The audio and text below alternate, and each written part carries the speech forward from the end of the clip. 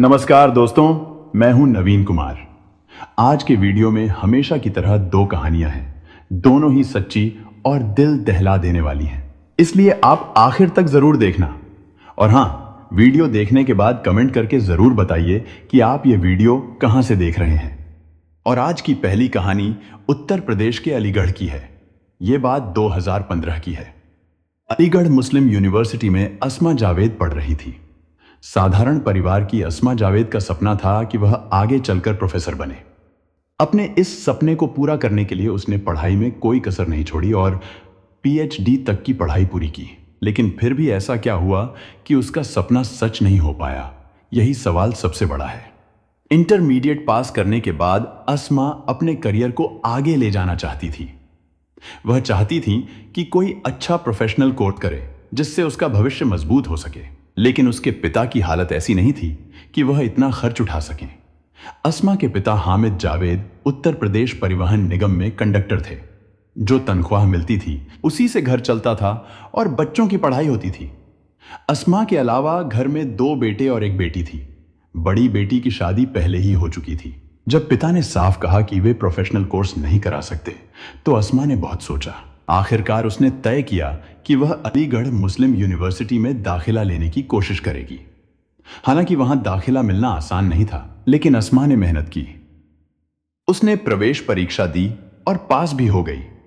इसी मेहनत का नतीजा था कि उसे बीए में एडमिशन मिल गया। उत्तर प्रदेश के बलरामपुर जिले की रहने वाली अस्मा को जब एक नामी यूनिवर्सिटी में दाखिला मिला तो वह बहुत खुश थी। रहने के लिए उसे महिला हॉस्टल में कमरा भी मिल गया। उसके सपने बड़े थे, इसलिए वह मन लगाकर पढ़ाई करने लगी। शुरुआत में सब कुछ ठीक चल रहा था। इसी दौरान यूनिवर्सिटी के एक प्रोफेसर से अस्मा की पहचान हुई। धीरे धीरे दोनों की बातचीत बढ़ी और मुलाकातें भी होने लगी। समय के साथ दोनों काफी करीब आ गए। फिर अचानक पता नहीं क्या हुआ कि एक दिन अस्मा ने उस प्रोफेसर पर यौन शोषण का आरोप लगाते हुए यूनिवर्सिटी प्रशासन से शिकायत कर दी।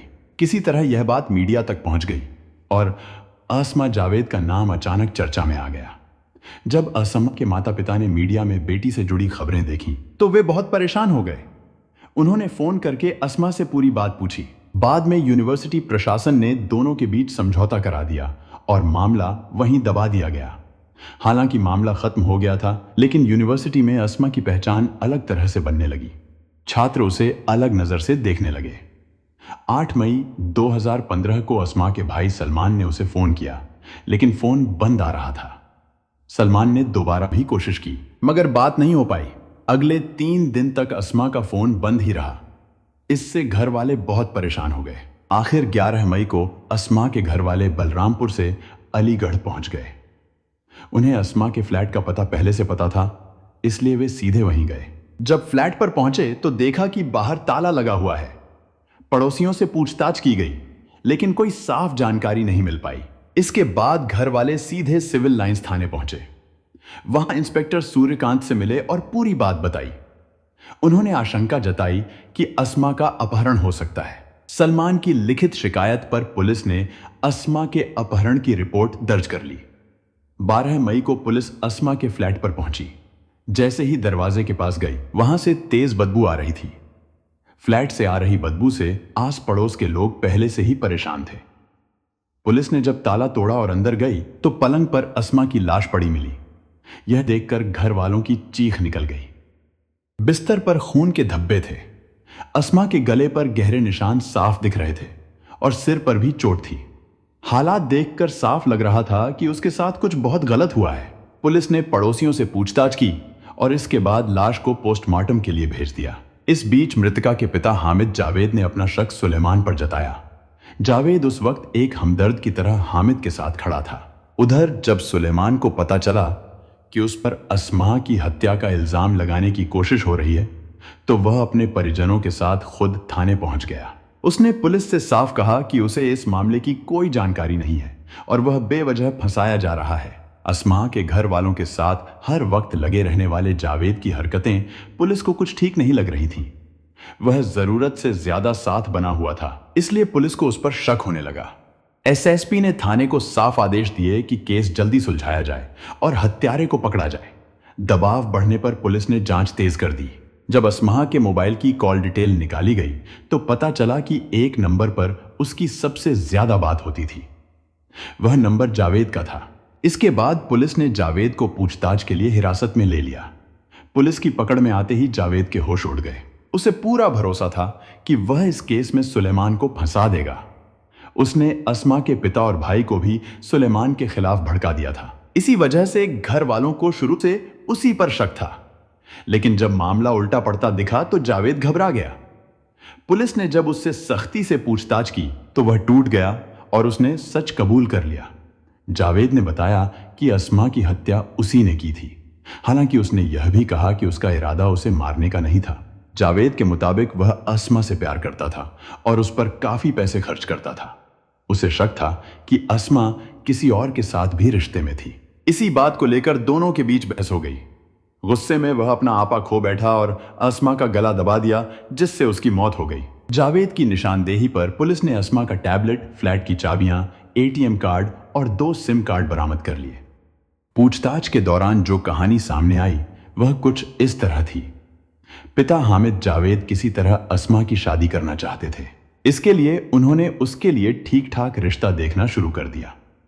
एक रिश्तेदार के जरिए अस्मा के लिए रिश्ता मिला। बताया गया कि लड़के का नाम आदिल अंसारी है, जो लखनऊ का रहने वाला है और चेन्नई के एक कॉलेज में प्रोफेसर है। जावेद लड़का देखने के लिए लखनऊ गए। उन्हें आदिल पसंद आ गया।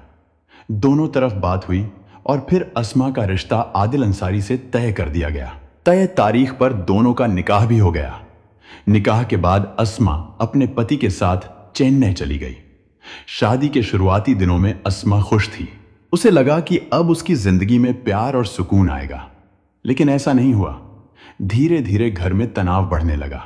छोटी छोटी बातों पर झगड़े होने लगे और रिश्ते में कड़वाहट आ गई।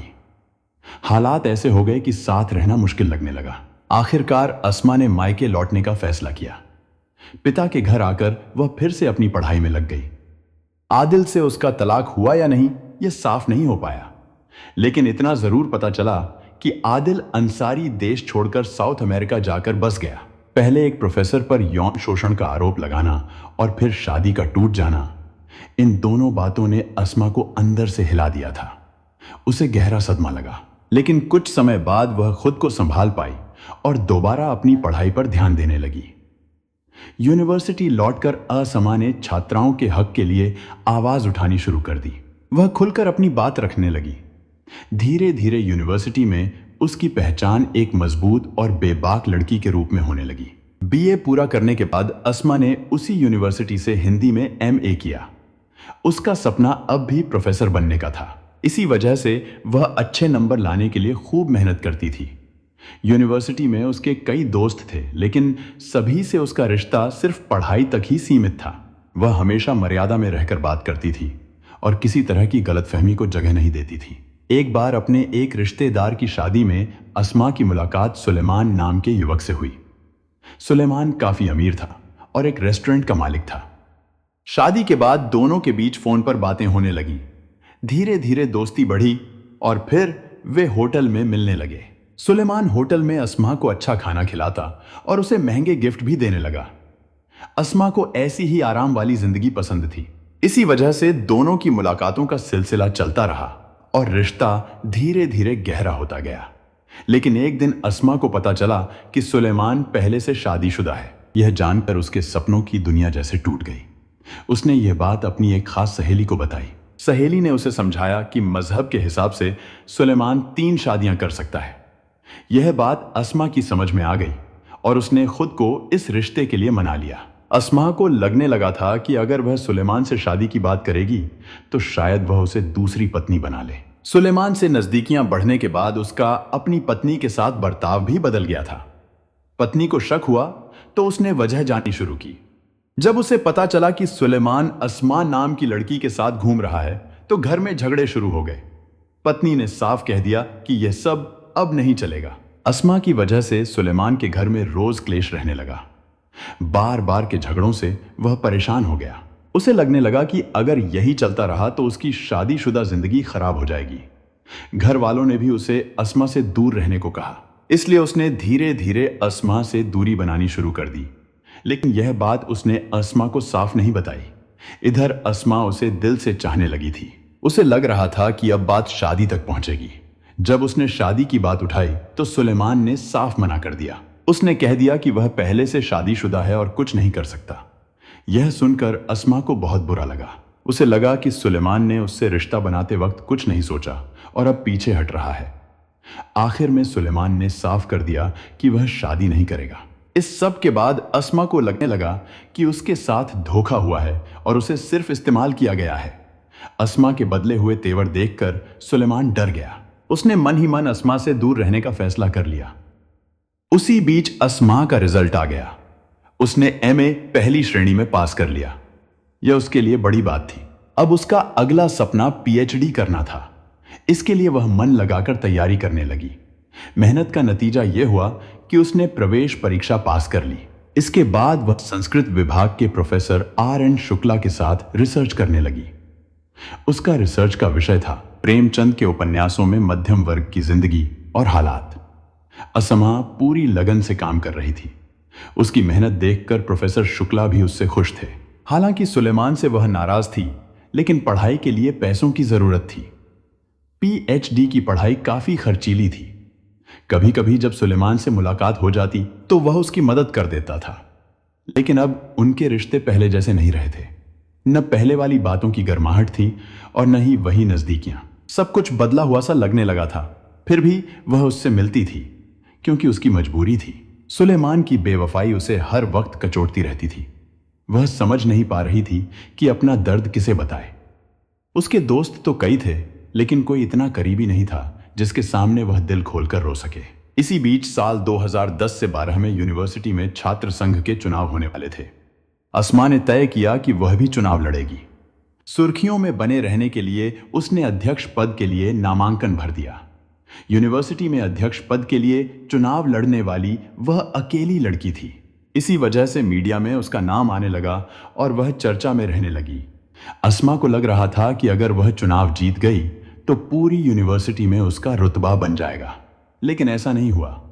वह चुनाव हार गई। इस हार को उसने अपनी जिंदगी की बड़ी हार मान लिया। उसे लगने लगा कि वह हर जगह हारती जा रही है। अब उसे एक ऐसे मजबूत सहारे की जरूरत महसूस होने लगी जो मुश्किल वक्त में उसके साथ खड़ा रहे। इसी दौरान जिंदगी ने एक बार फिर करवट ली और उसकी मुलाकात जावेद नाम के एक प्रॉपर्टी डीलर से हुई। जावेद उल हसन उर्फ जावेद अलीगढ़ की एडीए कॉलोनी शाहजमाल का रहने वाला था। उसकी शादी करीब 11 साल पहले हो चुकी थी और वह 3 बच्चों का पिता था।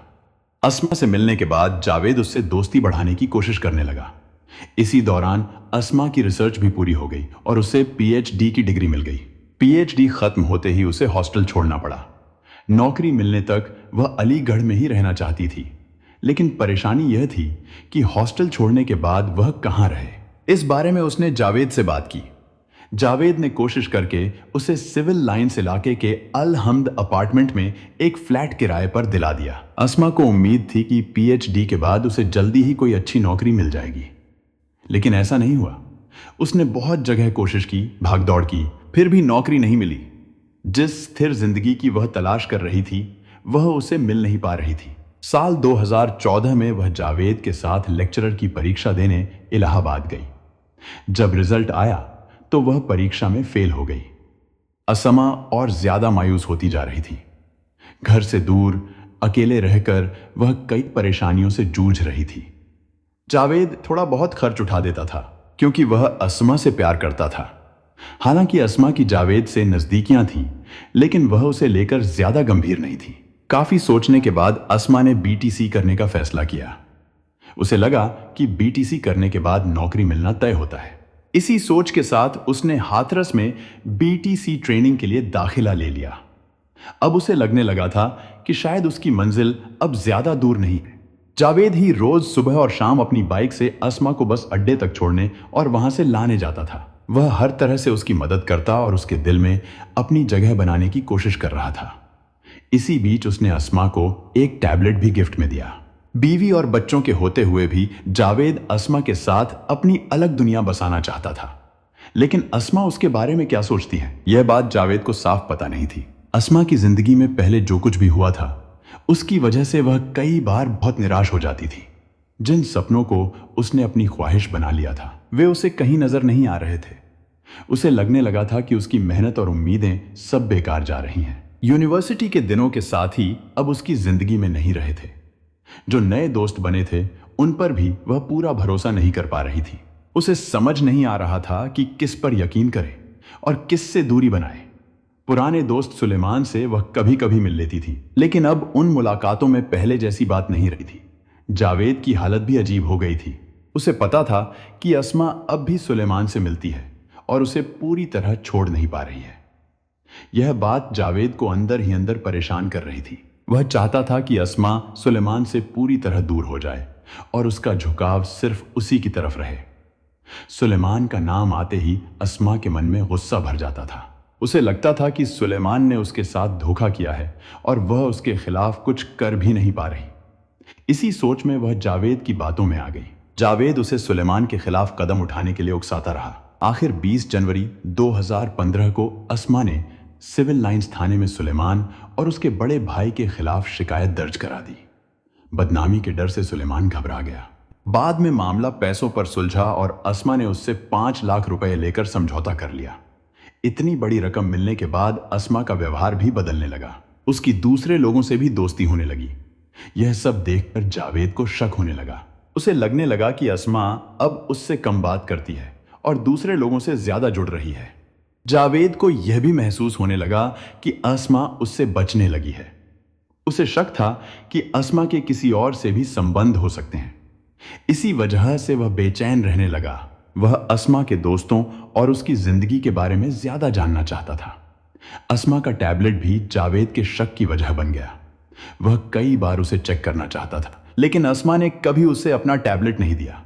यह बात जावेद को और ज्यादा खटकने लगी और उसके मन में अस्मा को लेकर शक और ये बढ़ता चला गया। 8 मई 2015 की शाम जावेद अस्मा को अलीगढ़ बस अड्डे से लेकर उसके फ्लैट पर पहुंचा। सफर की थकान की वजह से अस्मा पलंग पर लेट गई। उसी दौरान जावेद ने फिर से उसके टैबलेट को लेकर बात छेड़ दी। उसे शक था और वह टैबलेट देखना चाहता था। अस्मा को यह बात बिल्कुल पसंद नहीं आई। उसे जावेद का शक करना बुरा लगा। उसने साफ तौर पर कह दिया कि उसे शक्की लोग पसंद नहीं हैं। बात बढ़ती चली गई और दोनों के बीच बहस होने लगी। अस्मा ने साफ कर दिया कि उसकी जिंदगी में दखल देने का हक जावेद को नहीं है। यह सब सुनकर जावेद अपना आपा खो बैठा। अस्मा की बातें उसे चुभने लगी। गुस्से में उसने अस्मा को पकड़कर झकझोर दिया। अस्मा ने भी उसे धक्का दिया, जिससे जावेद और भड़क गया। गुस्से में उसने दोनों हाथों से अस्मा का गला दबा दिया। कुछ ही देर में अस्मा बेसुध होकर पलंग पर गिर गई। उसकी हालत देखकर जावेद घबरा गया। उसे डर लगने लगा कि अगर अस्मा जिंदा बच गई तो वह उसे जेल भिजवा देगी। इसी डर में उसने पास पड़ी किसी भारी चीज से उसके सिर पर कई वार कर दिए। जब उसे यकीन हो गया कि अस्मा की मौत हो चुकी है तो उसने उसका पर्स टटोला और एटीएम कार्ड निकाल लिया। साथ ही टैबलेट और मोबाइल भी अपने पास रख लिया। इसके बाद वह फ्लैट से बाहर निकला और जाते वक्त दरवाजे पर ताला लगाकर चला गया। पूछताछ के बाद पुलिस ने जावेद को जेल भेज दिया। और आज की दूसरी कहानी उत्तर प्रदेश के कानपुर की है। यह बात 2025 की है। 20 जून 2024 को कानपुर के बर्रा बाईपास पर बने गुड फूड रेस्टोरेंट में प्रतीक्षा को नौकरी मिल गई। नौकरी लगते ही उसने बर्रा में राजेश गुप्ता के मकान में एक कमरा किराए पर ले लिया। उस कमरे में वह अपनी छोटी बहन आकांक्षा उर्फ माही के साथ रहने लगी। दोनों बहनें रोज साथ में रेस्टोरेंट जाती थीं और साथ ही वापस आती थीं।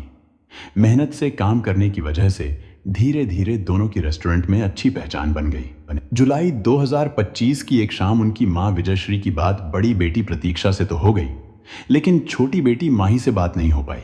माही के मोबाइल पर रिंग जा रही थी, लेकिन वह फोन उठा नहीं रही थी।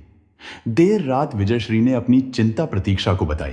प्रतीक्षा ने भी यही कहा कि माही का फोन बज रहा है, लेकिन वह रिसीव नहीं कर रही। यह पहली बार था जब माही ने मां या बहन में से किसी का फोन नहीं उठाया। यह बात सुनकर विजयश्री बहुत घबरा गई। उसके मन में बुरा ख्याल आने लगा। पूरी रात वह ठीक से सो नहीं पाई। जैसे तैसे रात काटी और सुबह होते ही उसने ट्रेन पकड़ी और कानपुर के लिए निकल पड़ी। प्रतीक्षा कानपुर के बर्रा इलाके में किराए के कमरे में रहती थी। विजयश्री वहां उसके कमरे पर पहुंची। प्रतीक्षा ने वहीं से माही को फोन किया, लेकिन फोन रिसीव नहीं हुआ। इसके बाद प्रतीक्षा ने माही के नंबर पर मैसेज भेजा। कुछ देर बाद माही के फोन से जवाब आया कि वह अब भी ड्यूटी पर है और बाद में बात करेगी। फिर प्रतीक्षा ने एक और मैसेज किया जिसमें बताया कि मां ने पुलिस में शिकायत कर दी है और सूरज का नाम लिखा है। इस पर माही के फोन से तुरंत जवाब आया कि सूरज का नाम लिखने की जरूरत नहीं थी और वह अपनी मर्जी से अलग हुई है।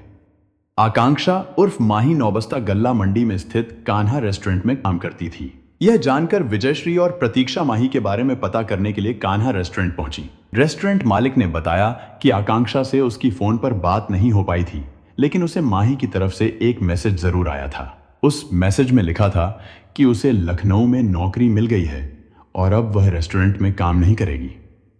मैसेज पढ़ने के बाद मालिक ने उसे कोई जवाब नहीं दिया था। आकांक्षा उर्फ माही की एक करीबी दोस्त मंजू हंसपुरम इलाके में रहती थी। विजयश्री उसके घर पहुंची। मंजू ने बताया कि आकांक्षा ने उसे मैसेज किया था कि उसका सूरज से ब्रेकअप हो गया है और वह लखनऊ आ गई है। मैसेज पढ़ने के बाद मंजू ने आकांक्षा से फोन पर बात करने की कोशिश की, लेकिन संपर्क नहीं हो पाया। उसे भी समझ नहीं आ रहा था कि आकांक्षा किन हालात में होगी। काफी कोशिशों के बाद भी कोई जानकारी नहीं मिली तो मां और बेटी थककर वापस लौट आई। देर रात विजयश्री ने अपने मोबाइल से माही को मैसेज भेजा। कुछ देर बाद माही के फोन से जवाब आया, लेकिन उस जवाब को पढ़कर विजयश्री को शक हो गया। वह समझ गई कि माही का फोन शायद कोई और व्यक्ति चला रहा है और माही किसी परेशानी में है। असल में जिस मोबाइल फोन से विजयश्री मैसेज कर रही थी वह फोन उनके बड़े बेटे ने उन्हें दिलवाया था। माही ने अपनी मम्मी का नंबर अपने मोबाइल में भैया के नाम से सेव कर रखा था। अगर माही खुद मैसेज भेजती तो स्क्रीन पर मम्मी का नाम दिखाई देता, लेकिन इस बार ऐसा नहीं था। इसी बात से विजयश्री को पूरा यकीन हो गया कि कुछ गड़बड़ है। आकांक्षा उर्फ माही का प्रेमी सूरज उत्तम था। वह उसी के साथ लिव इन में रह रही थी। प्रतीक्षा और विजयश्री ने सूरज उत्तम से फोन पर बात की और माही के बारे में पूछा, लेकिन उसने किसी भी तरह की जानकारी होने से इनकार कर दिया। इसके बाद सूरज उत्तम भी विजयश्री के साथ हो लिया और माही को खोजने में लग गया। काफी देर तक तलाश करने के बाद जब कोई सुराग नहीं मिला तो प्रतीक्षा और उसकी मम्मी थाना नौबस्ता पहुंची और माही की गुमशुदगी दर्ज कराने की कोशिश की। वहां उनसे कहा गया कि जिस कान्हा रेस्टोरेंट में उनकी बेटी काम करती थी, पहले वहां से पूरी जानकारी ली जाए। पता चला कि मामला थाना हनुमंत विहार इलाके का है। यह जानकारी मिलने पर विजयश्री सीधे थाना हनुमंत विहार पहुंची। वहां उन्होंने एसएचओ राजीव सिंह को पूरी बात बताई और बेटी की गुमशुदगी दर्ज करने की बात कही। थाने से उन्हें यह कहकर लौटा दिया गया कि लड़की कुंवारी है और ऐसे मामलों में बदनामी का सवाल होता है, इसलिए कुछ दिन और इंतजार कर लिया जाए, शायद वह खुद लौट आए। यह सुनकर विजयश्री निराश होकर वापस लौट आई। धीरे धीरे एक हफ्ता बीत गया, लेकिन न तो माही का कोई पता चला और न ही उसकी गुमशुदगी दर्ज हो सकी। इसके बाद विजयश्री पुलिस कमिश्नर अखिल कुमार से मिली और अपनी बेटी को ढूंढने की गुहार लगाई। पुलिस कमिश्नर ने भरोसा दिलाया कि रिपोर्ट दर्ज कर बेटी की तलाश की जाएगी, लेकिन इसके बाद भी कोई कार्रवाई नहीं हुई। आखिरकार विजयश्री ने महिला हेल्पलाइन नंबर 1090 पर फोन किया और मदद मांगी। इसके बाद वह फिर से थाना हनुमंत विहार पहुंची और दोबारा एसएचओ से मिली। अब तक ऊपर से निर्देश आ चुके थे, इसलिए बिना टालमटोल के 8 अगस्त 2025 को माही की गुमशुदगी दर्ज कर ली गई। इस मामले की जांच की जिम्मेदारी एसआई सुशील कुमार को सौंपी गई, लेकिन एसआई सुशील कुमार ने माही को खोजने के लिए कोई खास कोशिश नहीं की। विजयश्री जब भी उनसे माही के बारे में पूछती तो वह नाराज हो जाते और कह देते कि उनकी बेटी किसी के साथ घूमने गई होगी और खुद ही लौट आएगी। दारोगा का ऐसा जवाब विजयश्री के दिल को बहुत दुख पहुंचाता था, लेकिन वह कुछ कह नहीं पाती थी और चुपचाप लौट आती थी। पुलिस की तरफ से भले ही ढिलाई बढ़ती जा रही थी, लेकिन विजयश्री ने खुद बेटी को ढूंढना नहीं छोड़ा। वह उस मकान पर पहुंची जहां माही अपने प्रेमी सूरज के साथ रहती थी। उस मकान में और भी किराएदार रहते थे। विजयश्री ने उनसे माही के बारे में पूछा। किराएदारों ने बताया कि उन्होंने माही को 21 जुलाई के बाद नहीं देखा था। यह भी बताया कि सूरज कमरा खाली कर चुका है और माही का सारा सामान अपने साथ ले गया है। इस बात पर विजयश्री को और शक हुआ। उन्होंने किराएदारों से सामान के बारे में और जानकारी ली। उन्हें बताया गया कि जब माही उस कमरे में रहने आई थी तब उसके पास ट्रॉली बैग था, लेकिन जब सूरज ने कमरा छोड़ा तब वह ट्रॉली बैग वहां नहीं था। सूरज का अचानक कमरा खाली करना और ट्रॉली बैग का गायब होना विजयश्री के लिए बड़ा संकेत था। वह उस कमरे के अंदर गईं।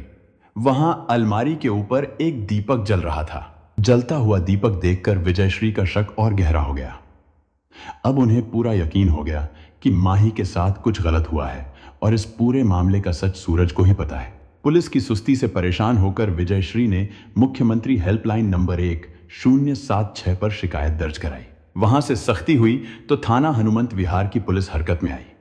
मामला डीसीपी साउथ दीपेंद्र नाथ चौधरी तक पहुंचा। उन्होंने एसएचओ राजीव सिंह को फटकार लगाई और माही के मामले को जल्दी सुलझाने का आदेश दिया। आदेश मिलते ही राजीव सिंह ने जांच शुरू कर दी। उन्होंने विजयश्री को फोन करके थाने बुलाया और उनका बयान दर्ज किया। विजयश्री ने बताया कि उनकी बेटी माही अपने प्रेमी सूरज के साथ लिव इन में रह रही थी। माही के गायब होने का सच सूरज को ही पता है और अगर उससे सख्ती से पूछताछ की जाए तो बेटी का पता चल सकता है। विजयश्री ने सूरज का मोबाइल नंबर भी पुलिस को दे दिया। इसके बाद इंस्पेक्टर राजीव सिंह ने सूरज के फोन की कॉल डिटेल और लोकेशन निकलवाई। जांच में जो जानकारी सामने आई वह चौंकाने वाली थी। पता चला कि सूरज और माही के बीच रोज बात होती थी। 21 जुलाई 2025 की दोपहर माही ने आखिरी बार सूरज से फोन पर बात की थी। जांच में सामने आया कि 21 जुलाई की रात सूरज की लोकेशन कानपुर से बिंदकी होते हुए बांदा की तरफ जाती दिखी। सबसे हैरानी वाली बात यह थी कि उसी समय माही के मोबाइल फोन की लोकेशन भी बांदा तक गई थी। इसके करीब 3 दिन बाद माही का फोन पूरी तरह बंद हो गया। इन सब बातों को देखते हुए 15 सितंबर 2025 की सुबह करीब 10 बजे एसएचओ राजीव सिंह ने शक के आधार पर सूरज को हिरासत में ले लिया। उसे थाने लाकर करीब 4 घंटे तक आकांक्षा उर्फ माही के बारे में पूछताछ की गई। पूछताछ के दौरान सूरज बार बार यही कहता रहा कि किसी दूसरी लड़की से बात करने को लेकर उसका माही से हल्का विवाद हुआ था। इसके बाद माही घर से चली गई और फिर उससे कोई संपर्क नहीं हुआ। वह कहां गई और किसके साथ है, इसकी उसे कोई जानकारी नहीं है। जब सूरज से कोई साफ जानकारी नहीं मिली तो एसएचओ राजीव सिंह उसे डीसीपी साउथ के ऑफिस ले गए। वहां डीसीपी दीपेंद्र नाथ चौधरी ने भी उससे पूछताछ की, लेकिन वह लगातार यही कहता रहा कि उसे माही के बारे में कुछ नहीं पता। इसके बाद जब सूरज के सामने उसकी कॉल डिटेल और लोकेशन रखकर सख्ती से सवाल किए गए, सख्ती से पूछताछ होने पर सूरज पूरी तरह टूट गया। तब उसने यह मान लिया कि आकांक्षा उर्फ माही की मौत हो चुकी है और उसी ने उसकी हत्या की है। इसके बाद सूरज ने पुलिस को बताया कि उसने माही की लाश को उसी के ट्रॉली बैग में भर दिया था। फिर कानपुर से करीब 132 किलोमीटर दूर बांदा में चिल्लाघाट पुल से यमुना नदी में फेंक दिया। इस काम में उसके दोस्त आशीष ने भी उसका साथ दिया था। पूछताछ में सूरज ने यह भी बताया कि माही उसके साथ लिव इन में रहती थी और उसी ने उसकी हत्या की। इसके बाद हत्या से लेकर शव ठिकाने लगाने तक की पूरी कहानी उसने पुलिस को विस्तार से बता दी। सूरज की निशानदेही पर पुलिस ने नौबस्ता इलाके में दबिश दी और आशीष को उसके घर से गिरफ्तार कर लिया। पूछताछ के दौरान आशीष ने भी अपना जुर्म मान लिया। हालांकि शव ठिकाने लगाने में इस्तेमाल की गई आशीष की बाइक पुलिस बरामद नहीं कर सकी। 20 सितंबर 2025 को डीसीपी साउथ दीपेंद्र नाथ चौधरी ने प्रेस के सामने आकांक्षा उर्फ माही की लव क्राइम स्टोरी का खुलासा किया। इस मामले की सच्चाई सामने लाने में पुलिस को करीब 2 महीने का समय लगा। सूरज और आशीष दोनों ने अपना जुर्म मान लिया था, इसलिए एसएचओ राजीव सिंह ने मृतका की मां विजयश्री की तरफ से बीएनएस की धारा 103(1) के तहत दोनों के खिलाफ रिपोर्ट दर्ज की और उन्हें औपचारिक रूप से गिरफ्तार कर लिया। उत्तर प्रदेश के कानपुर शहर से करीब 40 किलोमीटर दूर रूरा नाम का एक जाना पहचाना कस्बा है। यह एक व्यापारिक इलाका है जहां रोज काफी चहल पहल रहती है। रूरा उत्तर रेलवे का एक बड़ा स्टेशन भी है। रूरा कस्बे से लगभग 5 किलोमीटर दूर डेरापुर रोड पर सुजनीपुर नाम का एक गांव है। इसी गांव में सुरेश उर्फ बच्चन लाल वर्मा रहते थे। उनके परिवार में पत्नी विजयश्री, 2 बेटे सूरज और आदर्श और 2 बेटियां प्रतीक्षा और आकांक्षा थी। सुरेश वर्मा के पास थोड़ी सी खेती की जमीन थी। वह मेहनत मजदूरी करके अपने परिवार का खर्च चलाते थे। घर की हालत ज्यादा अच्छी नहीं थी, इसलिए विजयश्री अपने बच्चों को अच्छी पढ़ाई नहीं दिला पाई। बड़ा बेटा सूरज इंटर पास करने के बाद रूरा कस्बे में एक कपड़े की दुकान पर काम करने लगा। फरवरी 2022 में मियादी बुखार और पीलिया की वजह से सुरेश उर्फ बच्चन लाल की मौत हो गई। पति की मौत के बाद घर की हालत और खराब हो गई। विजयश्री की दोनों बेटियां अब बड़ी हो रही थीं। उन्हें उनकी शादी की चिंता सताने लगी, लेकिन घर की माली हालत ऐसी थी कि वह इस बारे में सोच भी नहीं पा रही थी। मां की परेशानी को बड़ा बेटा सूरज अच्छे से समझता था, इसलिए वह दिल्ली चला गया और वहां एक फैक्ट्री में काम करने लगा। जो पैसा वह कमाता था वह घर भेजने लगा। इससे विजयश्री को थोड़ी राहत मिली और वह धीरे धीरे कर्ज भी चुकाने लगी। एक जान पहचान वाले के जरिए विजयश्री की दोनों बेटियों प्रतीक्षा और आकांक्षा की 20 जून 2024 को कानपुर के बर्रा बाईपास पर बने गुड फूड रेस्टोरेंट में नौकरी लग गई। नौकरी मिलने के बाद प्रतीक्षा ने बर्रा में राजेश गुप्ता के मकान में एक कमरा किराए पर ले लिया। उसी कमरे में वह अपनी छोटी बहन आकांक्षा उर्फ माही के साथ रहने लगी। दोनों बहनें रोज साथ में रेस्टोरेंट जाती थी और साथ ही लौटती थी। मेहनत और लगन से काम करने के कारण दोनों की रेस्टोरेंट में अच्छी पहचान बन गई। जब दोनों को सैलरी मिलने लगी तो उन्होंने किस्तों पर मोबाइल फोन खरीद लिया। उधर सूरज जब दिल्ली से घर आया तो उसने मम्मी के लिए एक मोबाइल फोन खरीद दिया ताकि वह सबसे बात कर सके। खुद के लिए उसने दूसरा फोन ले लिया। आकांक्षा ने मम्मी के फोन नंबर को अपने मोबाइल में भैया के नाम से सेव कर रखा था। विजयश्री अब अक्सर शाम को बेटियों से बात कर लेती थी और फिर निश्चिंत होकर सो जाती थी। इसी दौरान इंस्टाग्राम के जरिए आकांक्षा की दोस्ती सूरज उत्तम से हो गई। धीरे धीरे यह दोस्ती प्यार में बदल गई।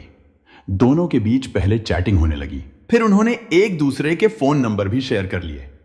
इसके बाद मोबाइल पर भी उनकी बातें होने लगी। एक दिन आकांक्षा ने सूरज को गुड फूड रेस्टोरेंट आने को कहा। सूरज कुछ देर बाद वहां पहुंच गया। उसी दिन दोनों की पहली बार आमने सामने मुलाकात हुई।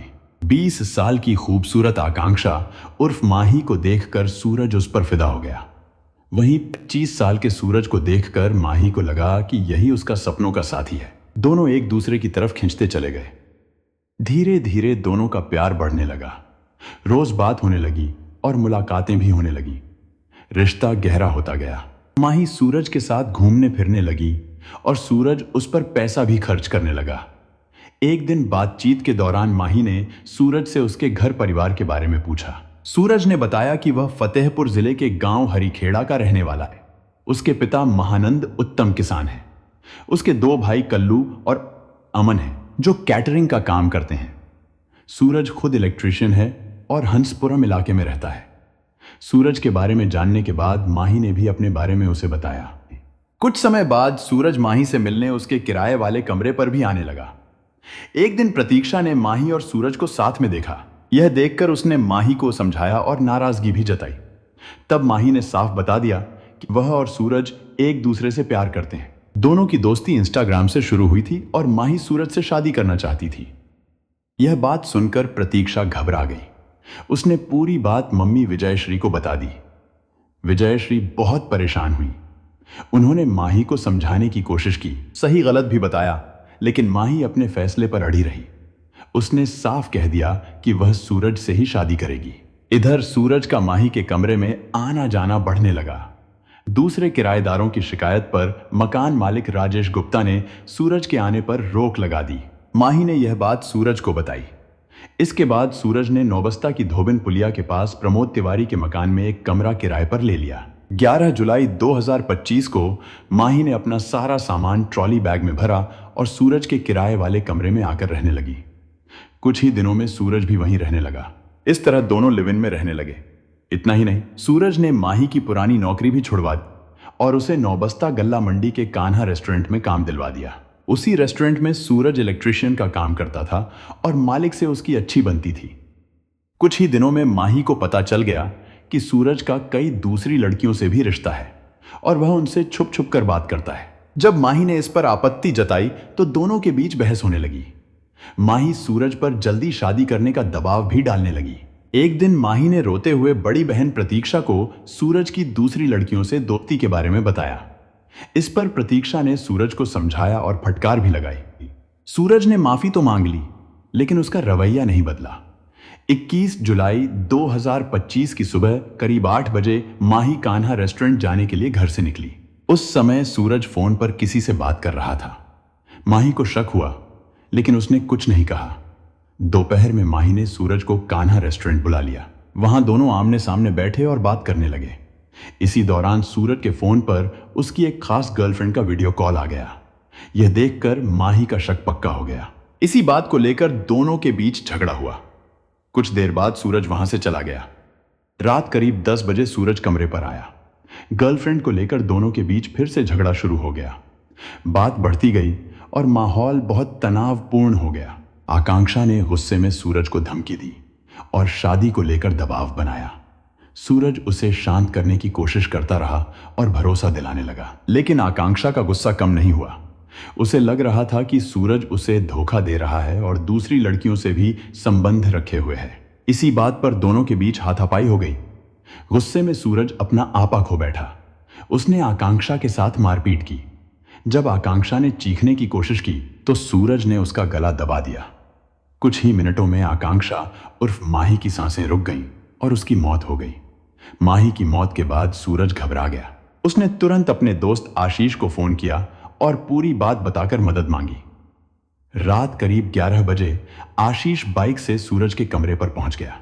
दोनों ने मिलकर आकांक्षा के शव को उसके काले रंग के ट्रॉली बैग में रखा। इसके बाद उस ट्रॉली बैग को बाइक पर लादकर दोनों वहां से निकल पड़े।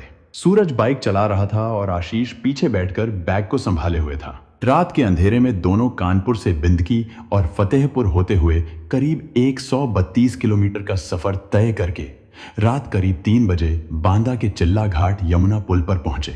वहां पहुंचकर उन्होंने ट्रॉली बैग, जिसमें माही का शव था, उफनती यमुना नदी में फेंक दिया। इसके बाद दोनों वापस कानपुर लौट आए। अगले दिन माही के मोबाइल पर लगातार फोन आने लगे, लेकिन सूरज ने कोई कॉल रिसीव नहीं की। जब मैसेज आते थे तो वह खुद ही मैसेज का जवाब देता रहा ताकि लोगों को लगे कि माही जिंदा है। इस तरह वह 3 दिन तक माही के जानने वालों को गुमराह करता रहा। 25 जुलाई को सूरज कानपुर सेंट्रल स्टेशन पहुंचा।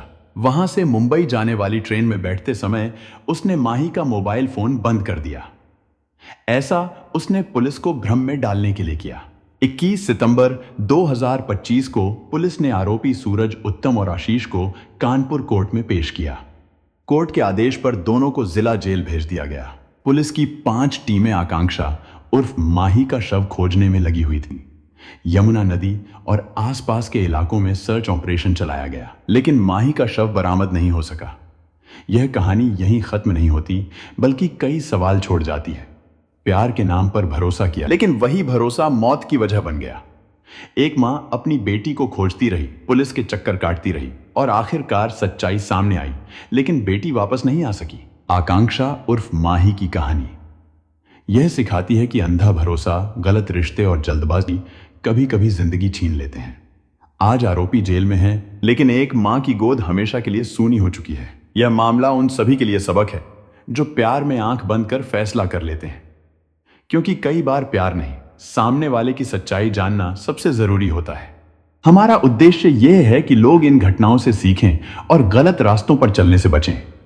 यह कहानी एक अहम चेतावनी है जो हमें बताती है कि जीवन में सही फैसले लेना कितना जरूरी है। हमें मिलकर एक बेहतर समाज बनाने की कोशिश करनी चाहिए, जहां प्यार और ईमानदारी की अहमियत हो। ऐसी सच्ची घटनाओं और उनसे मिले संदेशों के साथ मैं फिर लौट कर आऊंगा। तब तक के लिए सुरक्षित रहें, सतर्क रहें और याद रखें कि हर कदम सोच समझकर उठाएं।